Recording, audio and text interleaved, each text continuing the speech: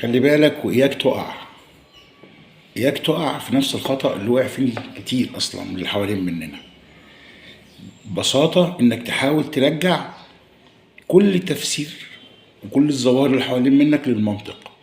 في أمور كتير جدا مش ممكن إنها تتقاس بالمنطق، لأن هو ربنا عايز كده وربنا خلقها كده. وكما قال المولى: إن كل شيء خلقناه بقدر. فما تحاولش تخلي عقلك البشري المحدود يكون حاكم على كل الظواهر اللي حوالين منك، لان مش كل اللي انت هتشوفه تقدر تخضعه لعقلك. ببساطه شديده، الطبيعه دي حاجه من صنع ربنا سبحانه وتعالى، اللي هي توالي الليل والنهار وتوالي الصيف والشتاء والخريف والربيع. كل دي امور خلاص من الطبيعه ومن المنطق ومن البديهي ان هي بتحصل. بس النهارده الظواهر اللي انت موجوده اللي احنا عايشين فيها هي نفس الظواهر اللي انت شفتها على جميع مراحل عمرك، ولا في اختلافات؟ اكيد في اختلافات. انت نفسك ككائن حي، انت وغيرك من الناس والبني ادمين، هل انت هو جواك، ولا في حاجات كتير قوي اتغيرت من جواك؟ هتلاقي في حاجات كتير اتغيرت من جواك. آه، فكرة إخضاع كل شيء للتفكير العقلي فكرة غير منطقية. لو مسكنا ظاهرة واحدة زي ظاهرة الإنجاب، ربنا سبحانه وتعالى في الظاهرة دي لوحده وضعه غريب جدا، وفعلا قدره غريب جدا. يهب لمن يشاء إناثا، فتلاقيه بيدي لحد بنات، وتلاقي الشخص اللي هو ربنا رزقه البنات ده نفسه وحلمه الاول والاخير ان هو يبقى معاه ولد.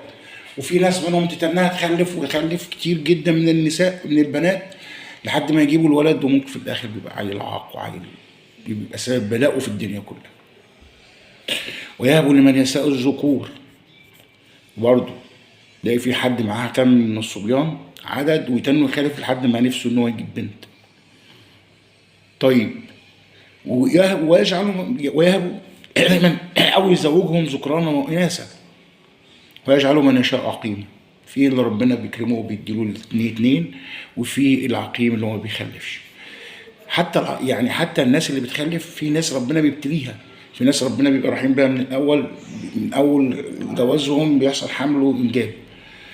في ناس تانية بيقعدوا فترة كبيرة جدا، وممكن العلم نفسه تعمل كافة تحاليلك وإشاعاتك وتروح لدكاترة وتتعرض مرة واثنين وثلاثة أنت وزوجتك، ويبقى يقول لك مفيش حاجة عضوية، مفيش أي حاجة عضوية تمنع إن أنتوا تحمل، إن هي يكون في حمل. ومع ذلك بيقعد فترات كبيرة جدا لحد ما ربنا بيرزقهم بالحمل وبيرزقهم بالذرية الصالحة. أدي حالة واحدة، حالة واحدة تلاقي فيها تجسد قدرة ربنا سبحانه وتعالى وعظيم قدرته وحكمته في عطائه للبشرية من ناحية النسل. الرزق كلنا شايفينه وبصين عليه ان هو فلوس، وان فلان ده مستواه دخله كويس وربنا مديله وربنا مسهله واحنا داخلين مش عارف. يا عم الرزق مش فلوس بس. ناس كتير قوي اتكلمت في الجزئيه دي، بس احنا كتير قوي بننساها. الرزق مش فلوس فقط، الرزق يا اخوانا 24 قيراط زي ما فضيله الامام الشعراوي قال. ابنك رزق، زوجتك رزق، رزقك نفسه رزق، صحتك رزق، كل نعم ربنا عليك دي رزق. معاك فلوس كتير جدا وما انتش قادر حتى تاكل.